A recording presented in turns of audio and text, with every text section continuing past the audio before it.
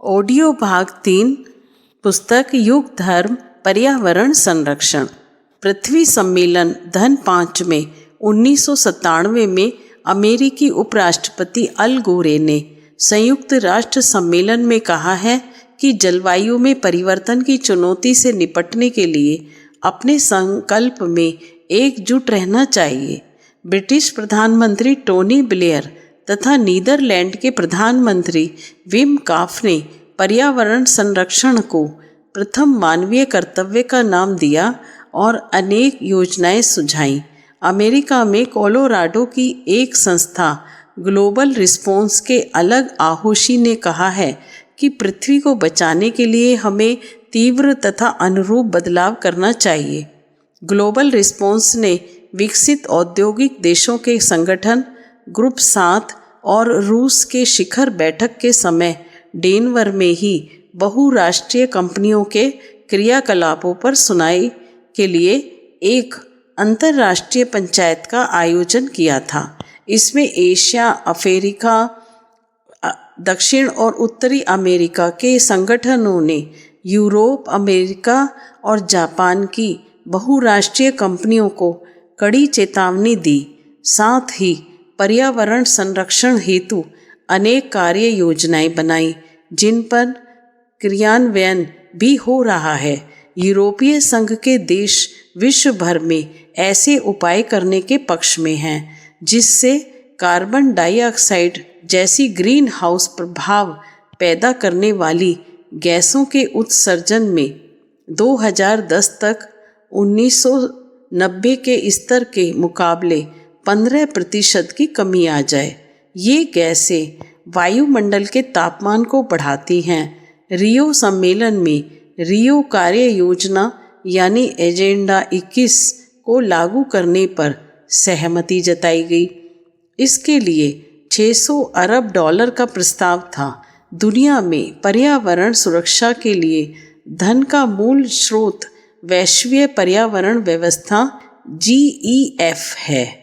इस व्यवस्था में करीब $28 अरब की धनराशि 6 साल के लिए जमा की गई थी, जो जलवायु के परिवर्तन, जैव विविधता और जल के संरक्षण जैसे वैश्विक मुद्दों संबंधी योजनाओं पर खर्च किया जाता है। $25 करोड़ का एक दूसरा फंड ओजोन परत पर हुए मॉन्ट्रियल समझौते के लिए रखा गया है। पर्यावरण संरक्षण की समीक्षा और आकलन के लिए 23 से 26 जून तक न्यूयॉर्क में संयुक्त राष्ट्र महासभा का विशेष अधिवेशन आयोजित किया गया था।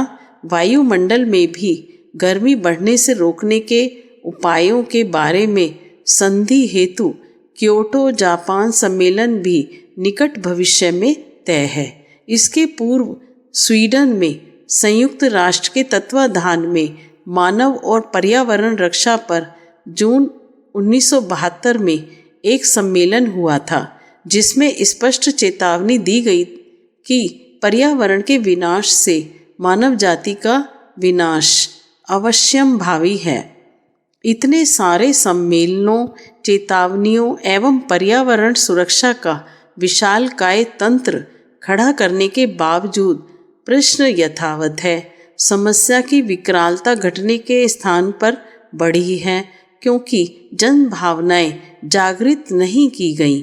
प्रकृति के साथ मनुष्य के भाव भरे संबंधों का मर्म नहीं समझाया गया, इसकी सारगर्भित व्याख्या नहीं की गई।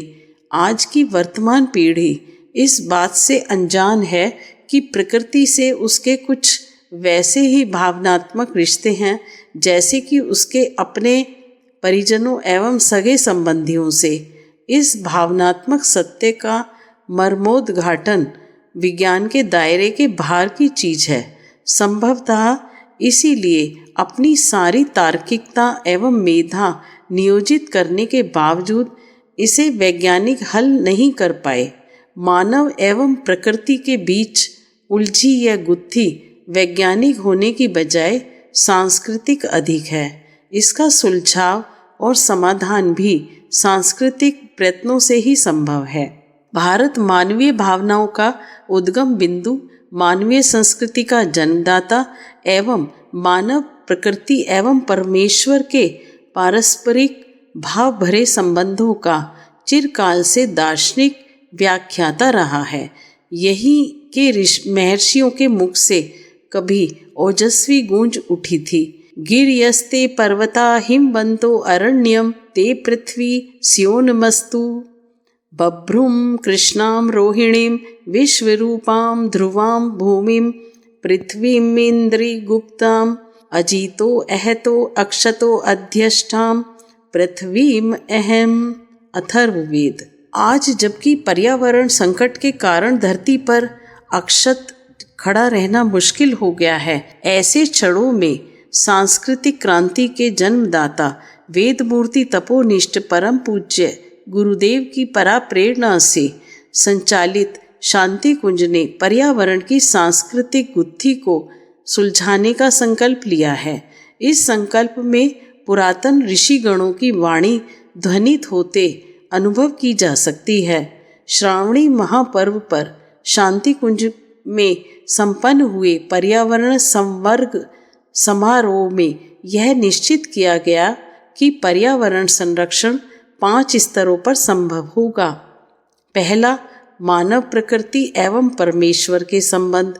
दूसरा, मानव और अन्य जीव जंतुओं का संबंध। तीसरा, मानव और प्रकृति के विविध रूपों का संबंध। चौथा, मनुष्यों के आपसी संबंध। पांचवा, वर्तमान पीढ़ी का भविष्य की पीढ़ी से संबंध। जीव जंतुओं एवं पर एक समग्र सोच न बनने से छोटे छोटे निरीह एवं मूक प्राणी उपेक्षित रह जाते हैं और संरक्षण एकांगी रहता है। पर यह तभी संभव है जब हम स्वयं में एवं प्रकृति के समस्त घटकों में परमेश्वर की पराचेतना अनुभव करें।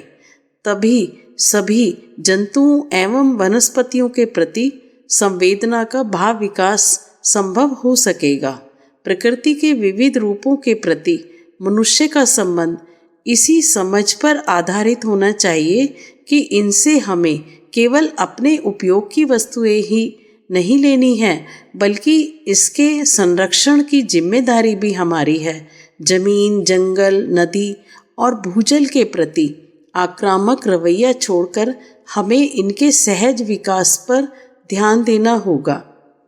कृत्रिम वृक्षारोपण के साथ प्राकृतिक वन संरक्षण भी जरूरी है, क्योंकि जलवायु संतुलन, जल एवं भू संरक्षण तथा जैव विविधता की वास्तविक सुरक्षा प्राकृतिक वनों में ही संभव है। यह भी ध्यान दिया जाना जरूरी है कि मनुष्य द्वारा मनुष्य के शोषण से प्रकृति भी प्रभावित होती है। शोषक अपनी विलासिता के लिए आदतन प्रकृति को विनष्ट करता है।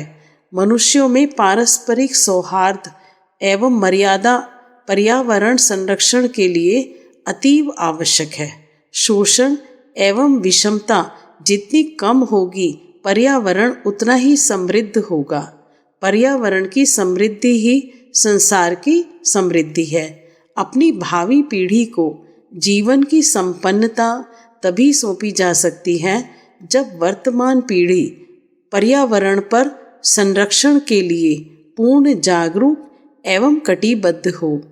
युग निर्माण मिशन के प्रत्येक कार्यकर्ता को न केवल स्वयं जानना चाहिए, बल्कि द्वार द्वार जाकर, घर घर पहुंचकर जन जन को यह चेताना चाहिए कि पर्यावरण संरक्षण केवल वृक्षारोपण नहीं है, अपितु वह प्राकृतिक आधार है जिस पर मानव जीवन व जीव जंतु जीवित रहते हैं।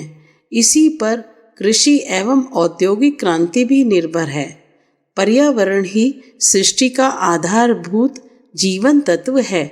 इसका संरक्षण, संवर्धन हम सबके जीवित रहने की अनिवार्य शर्त है।